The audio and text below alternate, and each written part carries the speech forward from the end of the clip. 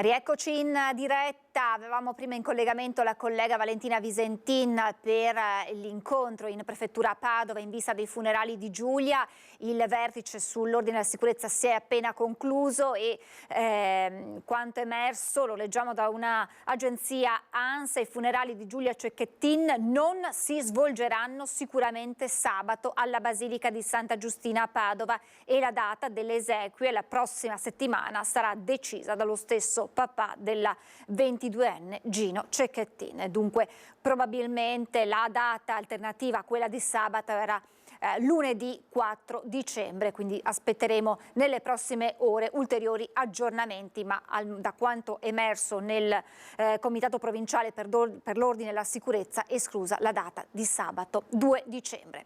E adesso andiamo a Rosà perché è in corso una polemica perché l'amministrazione comunale nega una sala al Partito Democratico che doveva organizzare un incontro sulla Pedemontana veneta. Che cosa è successo? Buongiorno a Vanessa Banzato in compagnia della sindaca. Buongiorno Francesca. PD di Rosà è sul piede di guerra perché in un comunicato che ha divulgato anche alla nostra redazione ha dichiarato che l'amministrazione comunale di Rosà non ha voluto concedere una sala, nello specifico una sala che si trova proprio nella biblioteca del paese, dove si dovrebbe svolgere un incontro che è stato promosso tra l'altro dai due esponenti PD regionali Zanoni e Luisetto per parlare del discorso della Pedemontana. Noi siamo qua con la sindaca perché con la sindaca Elena Mezzalira, perché le cose pare siano leggermente diverse da come sono state presentate dal Partito Democratico locale. Sì, è stato richiesto l'utilizzo dell'aula studio di Donè, che è un'aula che viene utilizzata dai ragazzi in autogestione per studiare e che viene destinata a questo, non viene destinata ad incontri pubblici, tanto che non è regolamentato questo utilizzo. Quindi davanti alla loro richiesta noi abbiamo semplicemente risposto questo e abbiamo messo a disposizione un altro spazio che invece è previsto venga utilizzato per incontri pubblici. Però loro hanno declinato l'utilizzo della sala Elio Peruzzo perché sembra non essere confacente alle loro esigenze. Dal nostro punto di vista, tra l'altro, l'aula di Donè era stata concessa sempre a loro qualche mese fa, quindi sempre al PD, qualche mese fa per un analogo incontro, e gli stessi si erano lamentati che fosse inadeguata, in particolar modo che non fosse sufficientemente capiente, perché sembrava avesse solo 35 posti a sedere. Tra l'altro si sono verificati anche dei danni quella stessa sera. Abbiamo ricevuto anche un'interrogazione in consiglio e ne abbiamo discusso. Noi abbiamo messo a disposizione la sala Elio Peruzzo che è capiente perché può ospitare dalle 120 alle 150 persone, quindi sempre a Rosà, quindi volevamo mettere a disposizione anche una sala a Sant'Anna, quindi in una nostra frazione che viene appunto utilizzata dalle varie associazioni per le attività o incontri che vengono calendarizzati in accordo con l'amministrazione, però ritenevamo che questa potesse essere letta come la volontà di far fare l'incontro in località periferica. Noi abbiamo proposto una sala che è adiacente al campo sportivo di Rosà e che è a disposizione giusta per incontri pubblici. Questo abbiamo messo a disposizione, nulla di più. Certo, i Dem rosatesi dicono che come l'estate scorsa è stato negato lo spazio per la famosa pastasciutta antifascista, adesso ancora una volta l'amministrazione comunale nega uno spazio per un incontro pubblico. Le due cose sono diverse, ne abbiamo discusso anche, ne abbiamo chiarito anche con l'associazione AMPI cosa sia realmente successo nel mese di luglio. Le richieste dal punto di vista amministrativo non erano state formalizzate in maniera corretta e il nostro regolamento di polizia locale per l'utilizzo delle aree parco di quartiere non prevede un utilizzo che abbia anche una finalità politica. Al di là di questo, al di là dei titoli, insomma, sono due cose diverse. Noi non abbiamo pedito l'utilizzo di niente a nessuno, semplicemente abbiamo dei regolamenti e li facciamo rispettare. Come lo legge questo attacco? È un tentativo di strumentalizzazione, a me dispiace non ci siano altri argomenti da portare avanti, gli spazi, quelli che ci sono regolamentati e vengono messi a disposizione in base ai regolamenti che li normano. Ricordo che i regolamenti sono approvati da un consiglio comunale, quindi nel pieno rispetto delle regole democratiche che governano anche il paese di Rosà. Nessuna volontà di inibire, bloccare, evitare, vietare incontri pubblici. No, noi abbiamo messo a disposizione uno spazio, se per loro non va bene io non so cos'altro, non abbiamo avuto seguito a quella comunicazione, quindi è passato oltre un mese e noi siamo rimasti al fatto che per loro non fosse soddisfacente, però è una loro valutazione. Bene, Francesca, hai sentito, insomma, ci sono le due versioni su questa questione, la sindaca è stata molto chiara, ha spiegato come stanno in realtà le cose, e se non hai domande ti ricevo la linea. Grazie davvero a Vanessa Banzato e grazie al sindaco di Rosà per aver chiarito i contorni di questa vicenda di cui sicuramente si continuerà a discutere anche nei prossimi giorni. Non so se abbiamo Lucio Zanato, eccolo, lo vedo, alle sue spalle quel che resta di questo casolare che un tempo ospitava una discoteca e che ieri è stato gravemente danneggiato da un incendio di cui ancora non si conoscono le cause. Buongiorno nuovamente Lucio, ben ritrovato. Buongiorno, ci siamo spostati dall'altra parte di Montebelluna, siamo nella zona, per intenderci, est, lungo la Feltrina, in via del Ponte di Legno. Qui c'era la storica discoteca M1 e per chi come me ha una certa età se le ricorda alcune nottate particolari che sono appunto le nottate delle discoteche qui a Montebelluna. L'M1 è chiuso da diversi anni dopo momenti di fasto e di divertimento, e quello che vedete alle mie spalle, che adesso vi facciamo vedere, è quello che rimane dopo l'incendio di ieri sera scaturito nel corso della notte. Adesso con Alberto Pivetta vi facciamo vedere proprio le immagini di questa parte dell'area della discoteca, perché in realtà la discoteca si estende molto più in là. L'unica cosa da vedere è appunto l'intervento dei vigili del fuoco, come si vede con la schiuma, per cercare di circoscrivere i danni dal fuoco. Vedete che dall'altra parte hanno aperto completamente tutta quest'area, comunque si vede che è abbandonata da anni. Un'area che, come ho detto prima, ha avuto notevoli fasti, ma che adesso è sostanzialmente in mano ai balordi, anche qui, nel senso che noi abbiamo trovato tracce, siamo andati a vedere anche dall'altra parte dove c'era la storica entrata dell'M1 e vi faremo vedere stasera, ci sono tracce evidenti di bivaccamenti con persone sicuramente equivoche che qui, come dire, magari passano la serata in maniera quantomeno discutibile, e quindi tutto questo potrebbe essere scaturito dal fatto che magari ieri sera era freddo, si sono rintanati all'interno e volendo scaldarsi un po' hanno dato fuoco a qualcosa che poi si è propagato all'interno dello stabile. Alberto continua a far vedere quest'area, ovviamente essendo un'area dismessa, essendo fatiscente, i danni non sono neanche quantificabili. Onestamente devo dire che la cosa che rimane è un po' di amarezza per un'area che è stata veramente un gioiello per certi versi del divertimento nella zona qui del Montebellunese, ai piedi del Montello, e che adesso sta vivendo veramente un momento di notevole degrado. Queste dunque le immagini da Montebelluna, cercheremo di saperne di più nel corso del giornale di questa sera. Se non hai domande, a te la linea. Grazie davvero a Lucio Zanato e grazie ad Alberto Pivetta per averci mostrato quelli che sono stati i risultati di questo vasto incendio della scorsa notte a Montebelluna.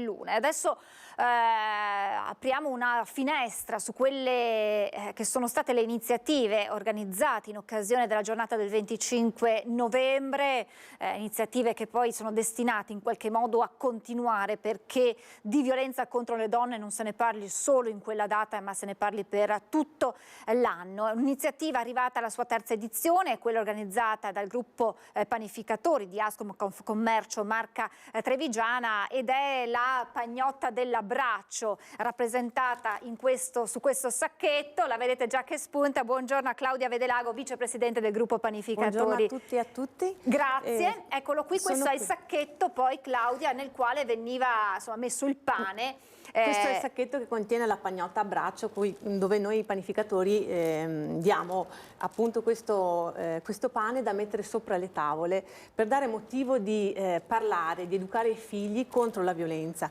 È un messaggio importante anche perché ad ogni pagnotta che noi vendiamo €1 va devoluto ai 5 centri antiviolenza che sono descritti nel sacchetto. Ci sono Treviso, Castelfranco, Montebelluna, Quinto di Treviso e Vittorio Veneto. E un altro dato molto importante che dobbiamo divulgare è il numero 1522, che è il numero anti-stalk e antiviolenza.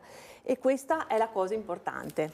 Ecco, perché non è solo un modo per sensibilizzare, ma è un modo anche per far conoscere alle donne che possono essere vittime di violenza che esiste una via di fuga rappresentata da questo numero. Esatto, questo è stato proprio il nostro principio. Anche non abbiamo messo il numero antiviolenza e stalking, perché se preso da un padre padrone che sa che cos'è, ovviamente fa sparire il sacchetto e anche potrebbe compromettere la salute della donna.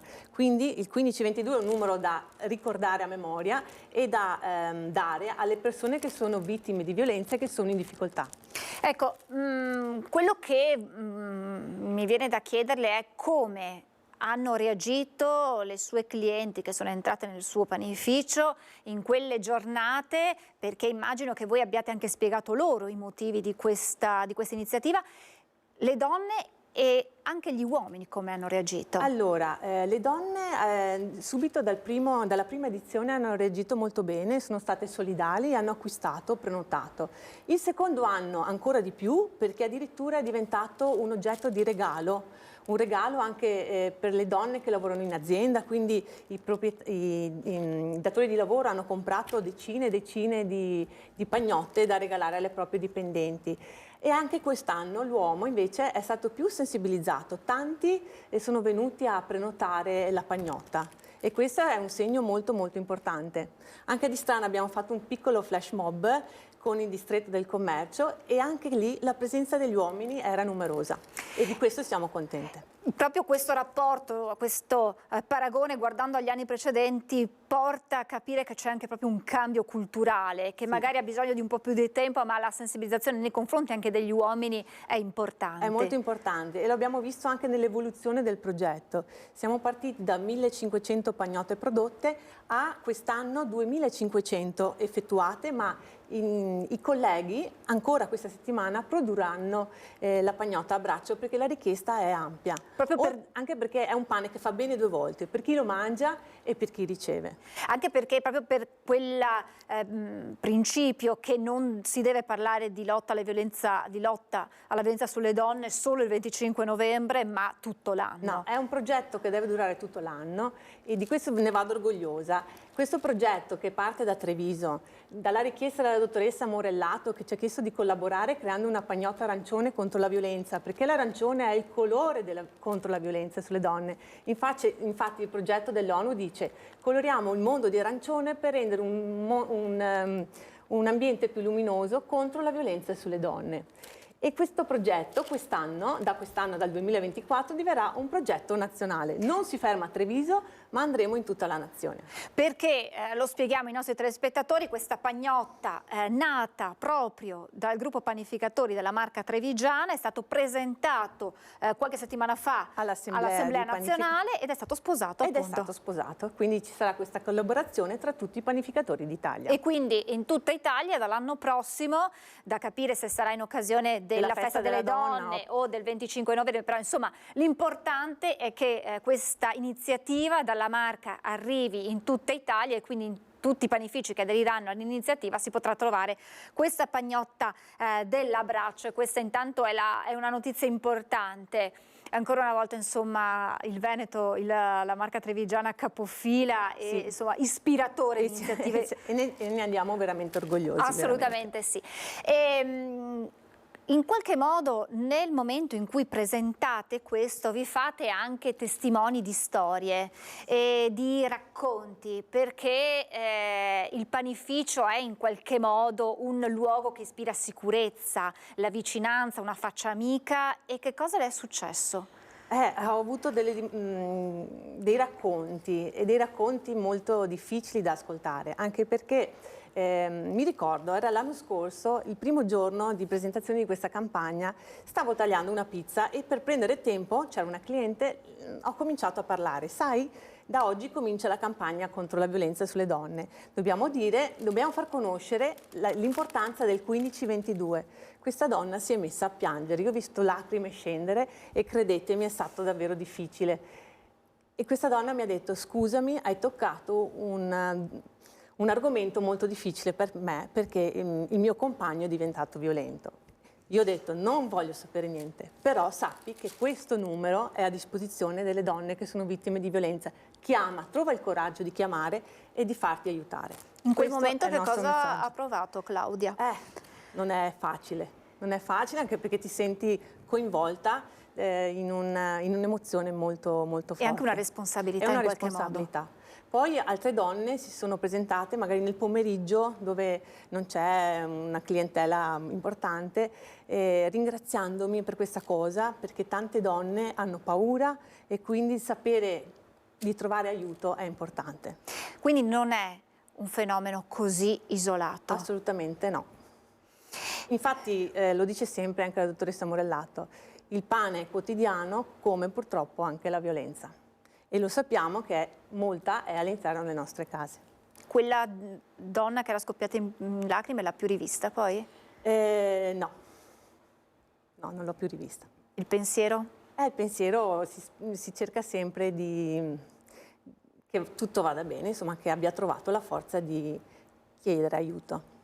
Possiamo dire che anche quando questi sacchetti non saranno più in vendita, voi vi farete comunque portavoce di questo messaggio? Sicuramente, io sono diventata un po' anche un tormentone, ho coinvolto la clientela nel selfie, facciamoci un selfie, addirittura l'altro giorno mi ha detto: ma io non posso fare il selfie con te. Certo lo facciamo e questo è importante, abbiamo coinvolto anche gli asili, abbiamo fatto la foto dei bambini abbracciati con l'abbraccio e la locandina, quindi è stata veramente una bella campagna e spero che questa campagna rimanga e vada avanti tutto l'anno. Ecco, è questo proprio, di pensare, visto che adesso avete anche l'appoggio del gruppo panificatori a livello nazionale, Certo. che si possa lavorare per far sì che una pagnotta o anche semplicemente questi sacchetti possano essere a disposizione 365 Sempre. giorni all'anno. Questa Perché potrebbe essere un'idea.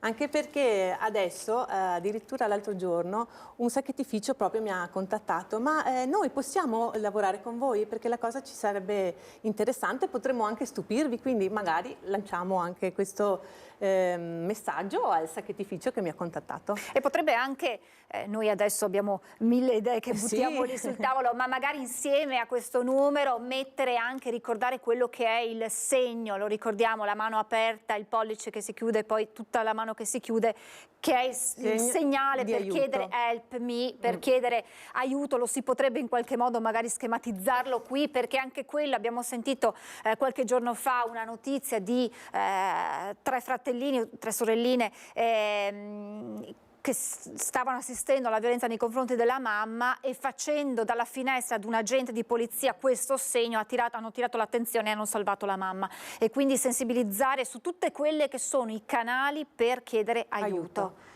È un compito che È un insomma... compito, però a me piacciono le sfide, quindi chi mi ha aiutato a fare questo sacchetto si prepari.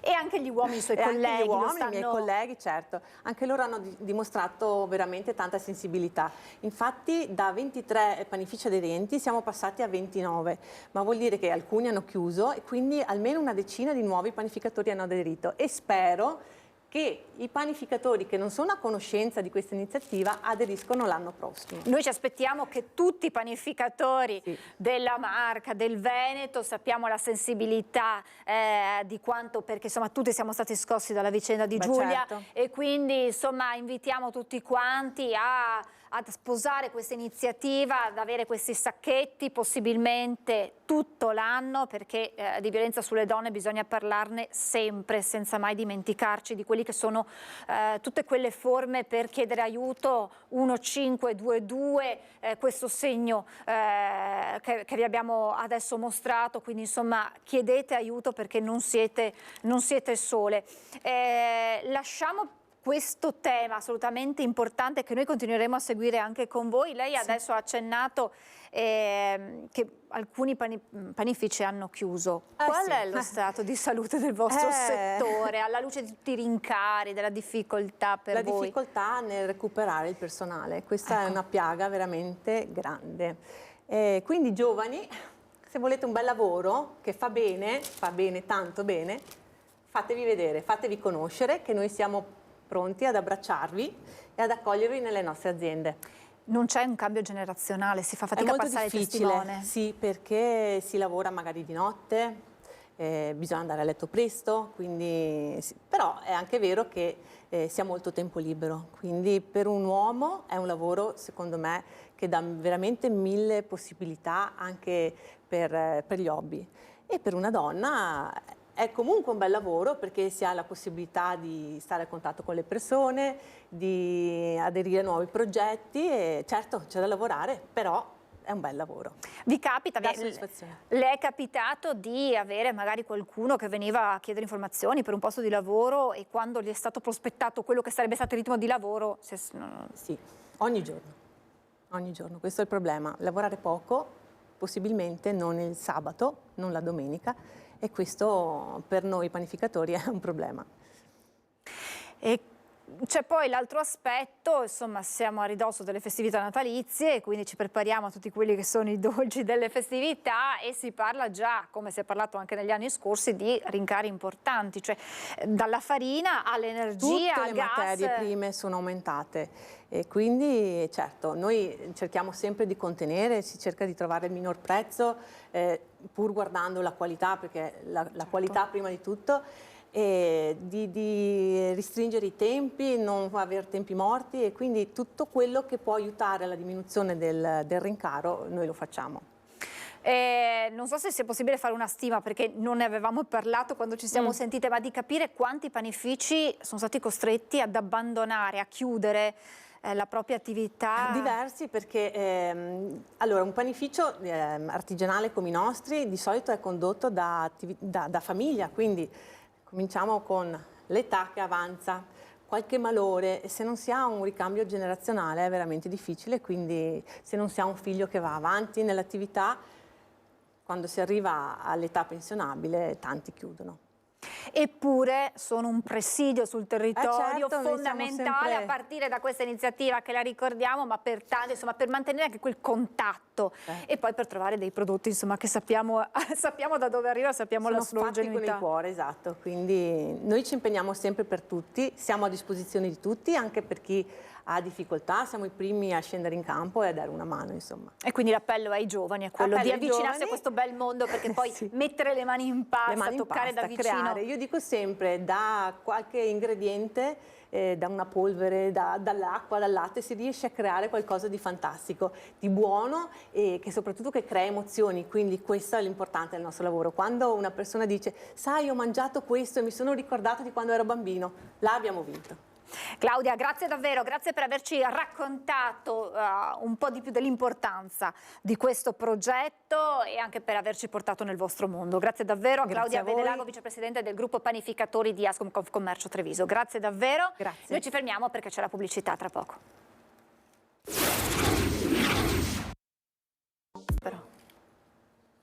Siamo tornati in diretta, è arrivato il freddo, anzi sono previste temperature ancora più basse nei prossimi giorni, anche neve a bassa quota, ce ne siamo resi tutti conto, e quindi riscaldamenti che sono stati accesi e per risparmiare possiamo dire che fortunatamente con un po' di ritardo, e naturalmente si accendono anche non solo le caldaie ma anche stufe e caminetti. Allora cerchiamo di capire meglio innanzitutto quelle che sono le norme in vigore, perché sappiamo che si si naviga in una giungla di normative sia per chi ha caminetti e stufe sia per quanto riguarda le caldaie, ma anche qualche accorgimento e per avere un inverno in sicurezza e quindi per non rischiare incidenti e dall'altro anche magari per risparmiare. Saluto Eddie Binotto, presidente Fumisti Confartigianato Imprese Marca Trevigiana, grazie per essere con noi.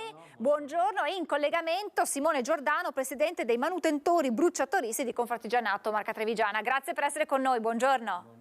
Buongiorno a voi, grazie per l'opportunità. E allora iniziamo subito, Giordano, per capire quando noi accendiamo la caldaia per il riscaldamento, perché chiaramente poi è accesa per l'acqua calda tutto l'anno, ma quando accendiamo la caldaia in inverno, che cosa dobbiamo fare per, dicevo io, non incorrere in qualche spiacevole ma anche pericoloso incidente?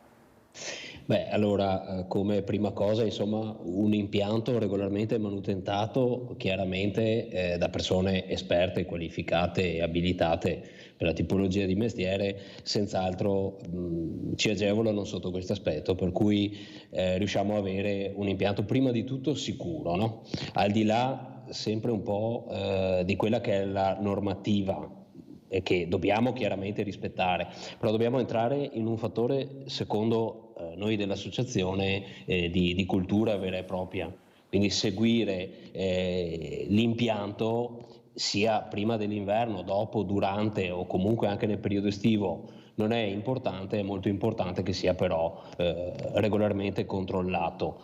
La sicurezza è un aspetto importantissimo, ormai con i mezzi di informazione che abbiamo ci rendiamo conto un po' tutti anche del numero di incidenti che magari diminuisce anche proprio perché questa cultura nella clientela è senz'altro aumentata ed è entrata ormai nell'ottica. Però c'è anche una questione di caro bollette, per esempio l'anno scorso l'abbiamo vissuto un po' tutti, ci rendiamo conto che un impianto efficiente ci dà qualche vantaggio, no? Anche a livello di portafoglio, ecco, mi sento di dire. Ecco, allora tra poco torniamo su questo punto e anche per capire quando una caldaia va sostituita, solo quando si ferma e non dà più segni di vita o bisogna ragionarci anche prima. Adesso di questo ne parliamo tra pochissimo, Giordano.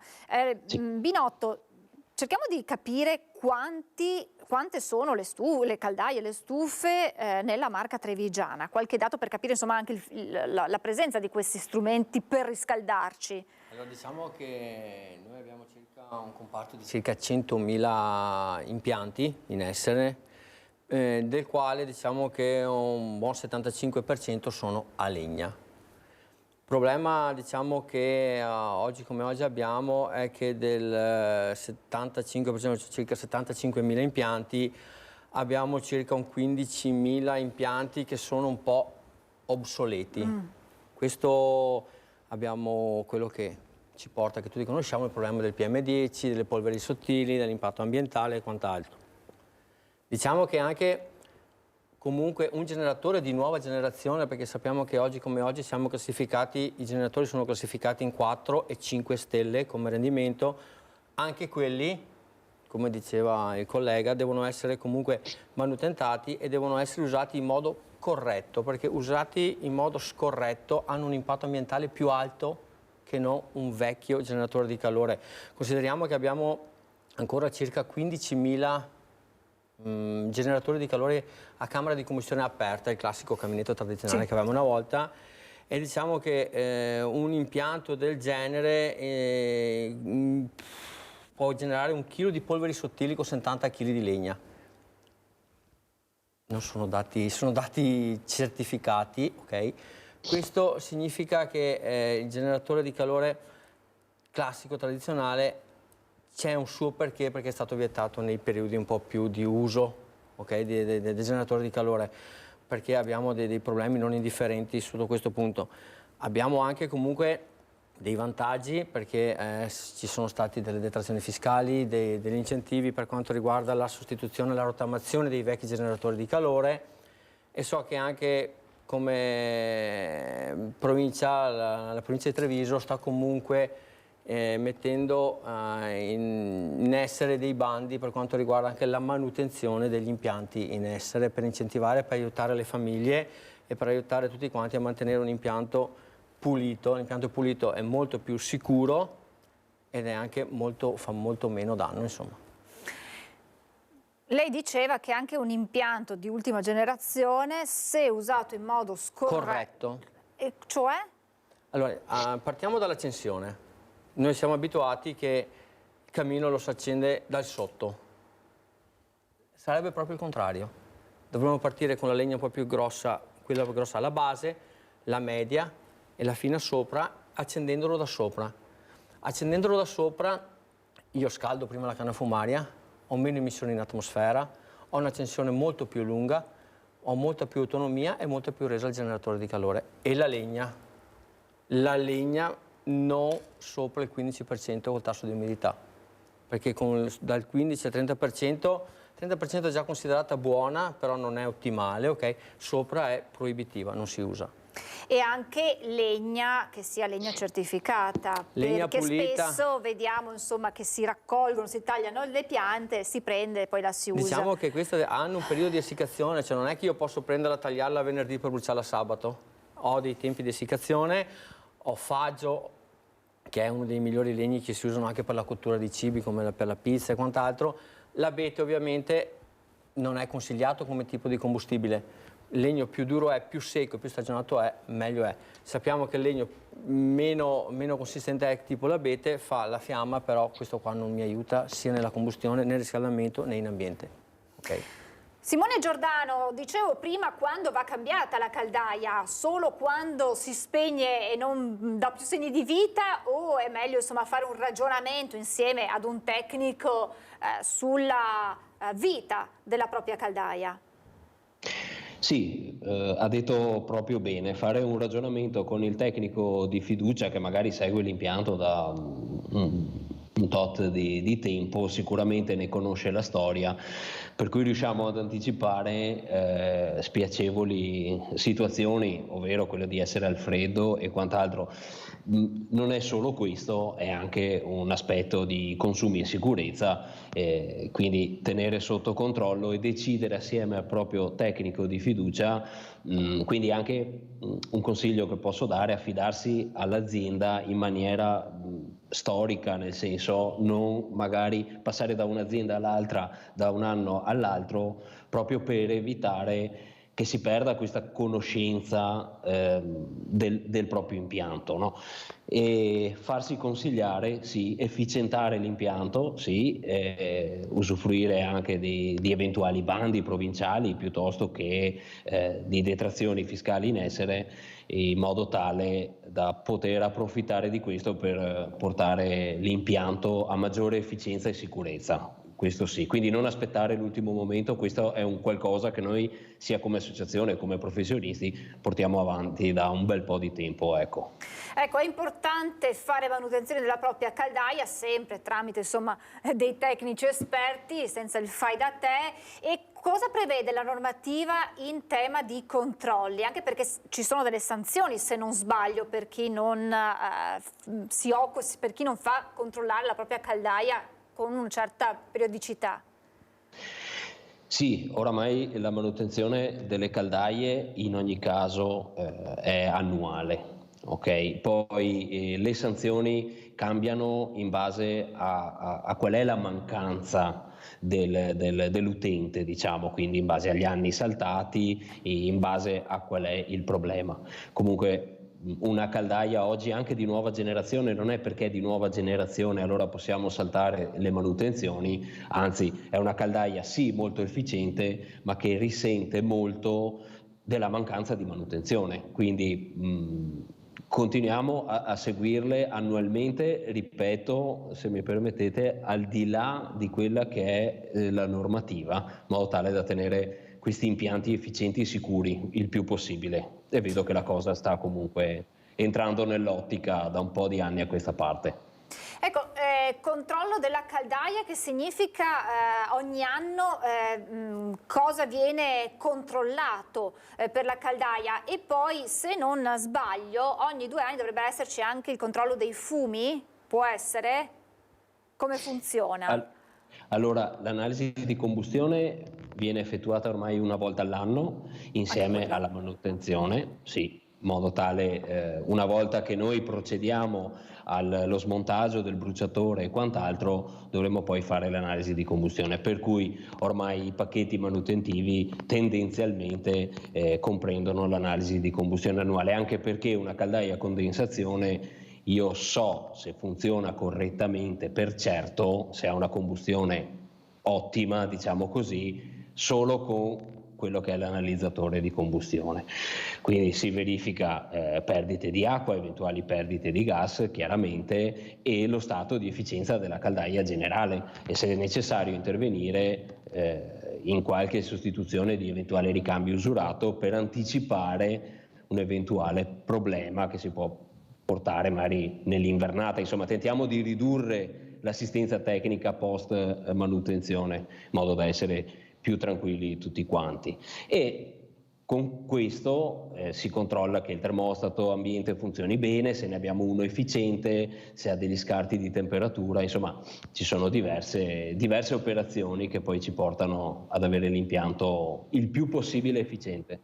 E sicuro anche. Il trevigiano è bravo in questo senso? Rispetta queste scadenze?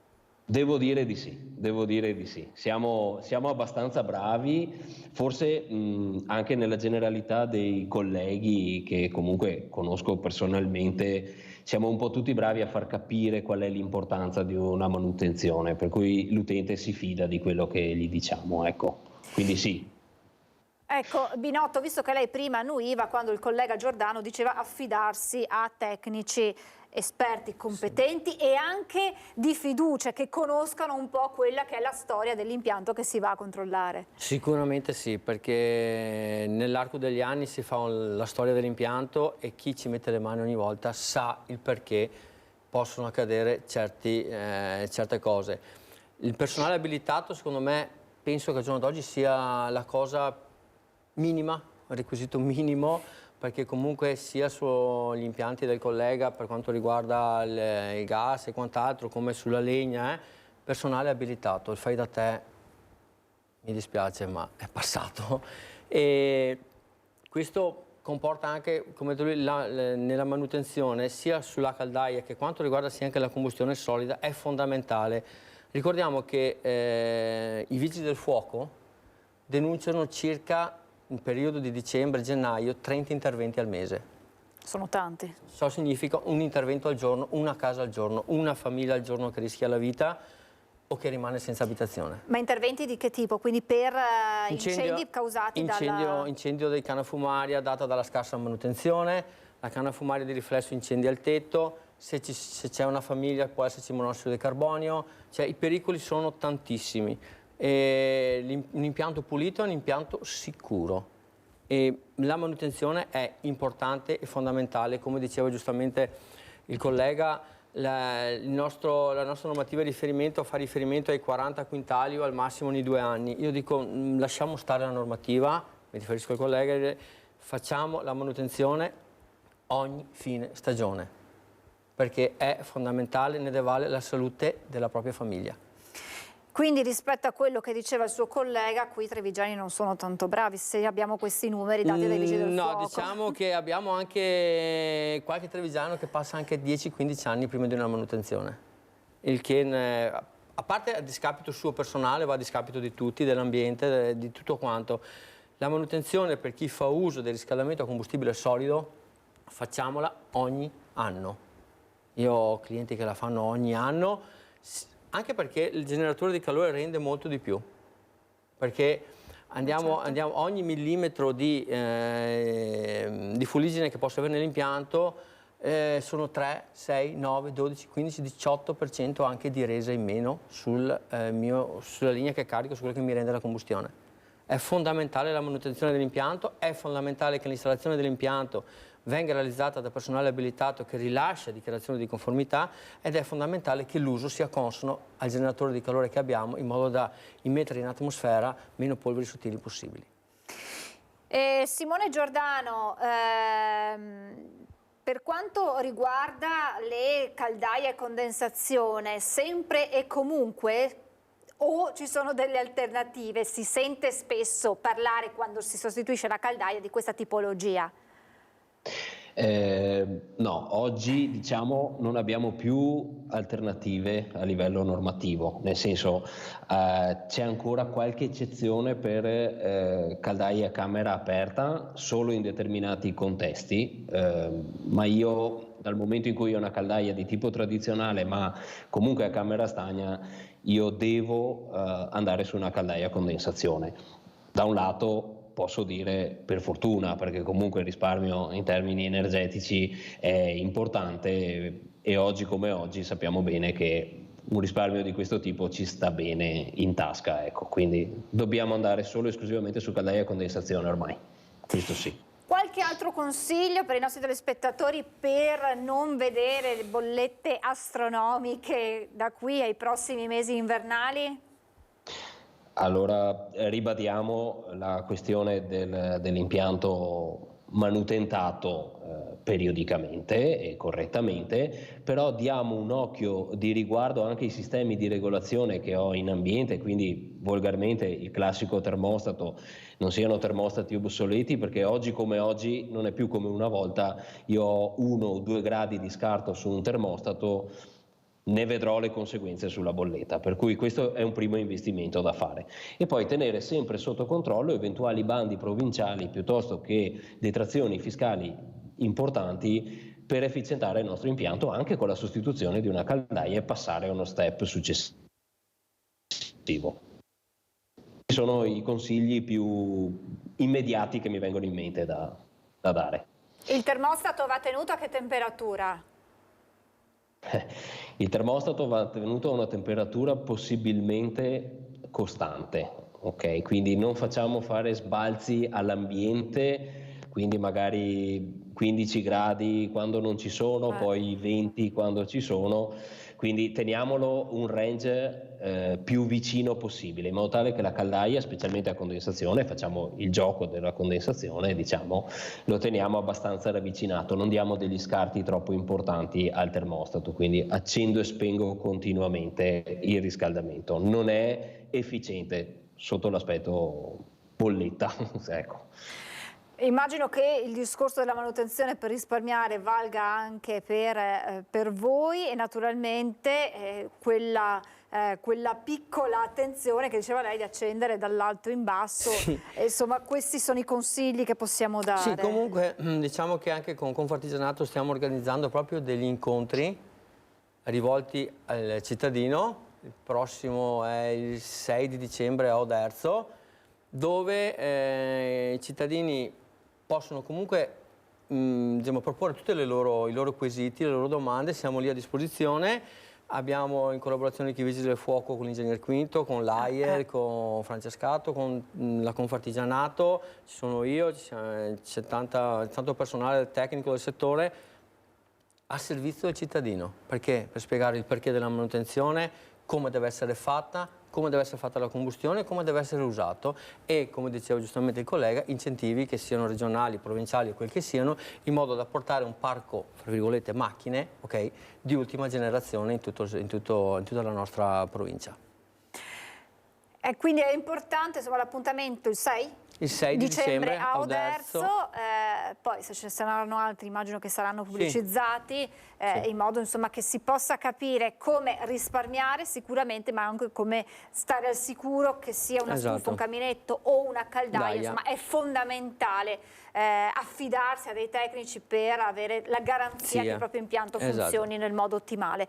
Grazie davvero per averci dato queste importanti informazioni che sono anche piccoli accorgimenti, piccoli dettagli, ma che possono davvero cambiare la situazione. Grazie a Eddie Binotto, Presidente Fumisti Confartigianato Imprese Marca Trevigiana, e grazie davvero a Simone Giordano, Presidente Manutentori Bruciatoristi di Confartigianato. Grazie davvero ad entrambi e buon lavoro, perché insomma sarà questo è il vostro periodo di grande lavoro. Grazie ad entrambi. Grazie a voi. Grazie mille, grazie. Grazie davvero per tutte queste importanti informazioni. Adesso torniamo. Ieri in fiera a Padova c'è stata la prima assemblea pubblica dopo la fusione per Confindustria Veneto Est, nata a gennaio proprio dalla fusione tra Padova, Treviso, Venezia e Rovigo. 2500 gli imprenditori presenti al centro congressi in fiera, ha firmato un patto con la regione, con al centro la casa, ma poi c'è stato anche lo spazio alle inizio per ricordare Giulia Cecchettin.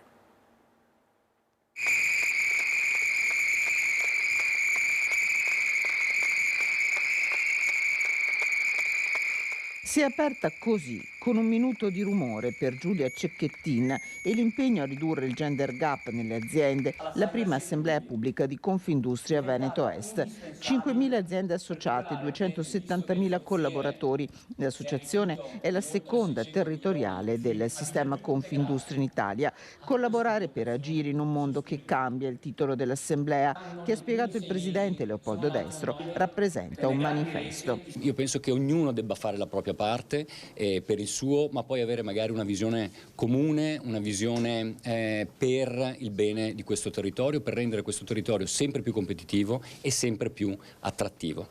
Andremo a firmare un accordo con la Regione che avrà diversi capitoli. Uno dei capitoli che riteniamo più interessanti, un po' più innovativi, è quello che riguarda l'housing sociale. Penso che sia uno strumento che vada incontro alle esigenze dei giovani studenti, dei giovani lavoratori e anche ovviamente degli immigrati. Se le sfide sono la demografia, il preoccupante calo di nascite, l'emergenza climatica, la transizione digitale, i punti da cui partire sono il capitale umano, il lavoro e l'emergenza casa, per cui Confindustria Veneto Est ha sottoscritto un innovativo protocollo con la Regione. Confindustria e Regione del Veneto stabiliscono dei punti sui quali lavorare assieme, uno dei quali è l'housing sociale, quindi tutto quello che è l'attività a corredo a sostegno dell'impresa, ma molto altro ancora.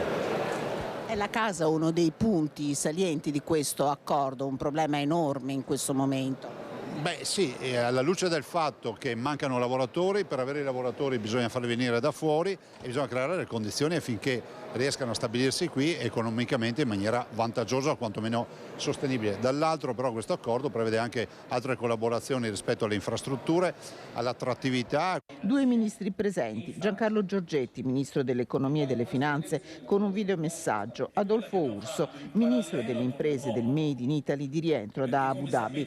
A loro sono arrivate le preoccupazioni di Confindustria Veneto Est per la manovra allo studio da parte del governo. Dal ministro Urso ampie rassicurazioni sull'arrivo di nuovi investimenti. Accanto a questi 5 miliardi della finanziaria noi abbiamo costruito un'altra finanziaria di quasi 12 miliardi e mezzo con i fondi della riprogrammazione del PNRR appena approvato dalla Commissione. 2 miliardi e 800 milioni di euro per le imprese agricole, per l'autoconsumo energetico, ma quasi 10 miliardi di euro per il nostro dicastero, che è quello che meglio spende i fondi del PNRR, di cui 5 miliardi saranno destinati a Transizione 5.0. Noi siamo in chiusura, vi leggo una notizia: il patriarca di Venezia Francesco Moraglia si è recato a Cassola, Vicenza, insieme al vescovo di Vicenza Giuliano Brugnotto, il vescovo emerito Beniamino Pizzolle, il vescovo di Trieste Enrico Treviso, delegato per la commissione della pastorale della salute della Conferenza Episcopale Triveneta, per incontrare Stefano Geller, malato di distrofia muscolare, che ha recentemente ottenuto dall'ASL Veneta l'autorizzazione ad accedere al suicidio assistito. Questo incontro è stato preceduto nelle scorse settimane da uno scambio di comunicazioni a partire dalla nota della Conferenza Episcopale Triveneta Suicidio assistito o malati assistiti. Moraglia aveva perciò proposto di incontrare Geller insieme ad alcuni vescovi attraverso il vescovo emerito di Vicenza Pizziol. Vi racconteremo anche questo nelle edizioni serali dei nostri telegiornali a partire dalle 18:30. Siamo in chiusura, meteo, pubblicità e poi il film Canary Row. Grazie per essere stati con noi, buon proseguimento di giornata.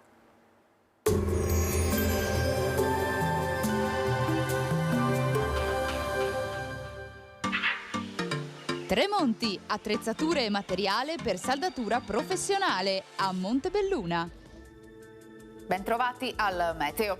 Temporaneo aumento della pressione atmosferica, bel tempo sul nostro territorio. Vediamo il dettaglio di mercoledì 29 novembre. Sul Veneto la giornata sarà contraddistinta dal sole, con il cielo che si presenterà prevalentemente sereno o al più poco nuvoloso un po' ovunque. Temperature minime in calo, saranno sotto zero praticamente ovunque, massime stazionarie tra i 5 e i 10 gradi. Spostiamoci ora sul Friuli Venezia Giulia. Anche qui il cielo sarà sereno, dal pomeriggio sera probabilmente un po' più umido con più nubi e possibili foschie sulla bassa pianura. Temperature minime tra -1 e 4 gradi, massime sui 9-10 gradi. Infine diamo uno sguardo alla situazione del Trentino Alto Adige, dove sarà anche in questo caso molto soleggiato, aumento della nuvolosità poi dalla sera. Temperature minime intorno allo 0 o di poco inferiori, massime sui 6-9 gradi all'incirca. Dal meteo è tutto, vi auguro come sempre un buon proseguimento in nostra compagnia.